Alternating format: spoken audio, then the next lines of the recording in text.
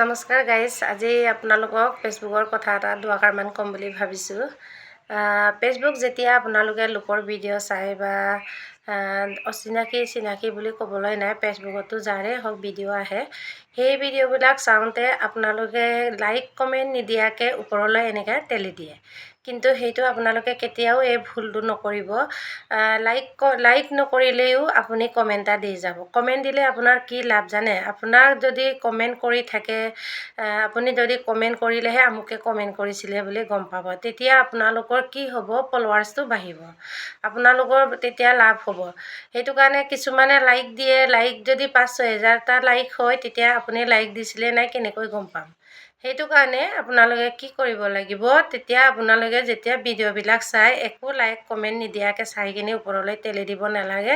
আপোনালোকে যদি লাইক কৰি দিবলৈ মন নাই, তেতিয়াহ'লে আপোনালোকৰ লোকচান, বা কমেণ্ট কৰিবলৈ মন নাই যদি আপোনালোকৰ লোকচান। সেইটো কাৰণে আপোনালোকে যদি লাইক কৰিবলৈ মন কৰিলে, আপোনালোকে লাইক নিদিলেও কমেণ্টটো এটা হ'লেও আপোনালোকে দিব। তেতিয়া কি হ'ব? আপোনালোকৰ ফলোৱাৰ্ছটো বাঢ়িব।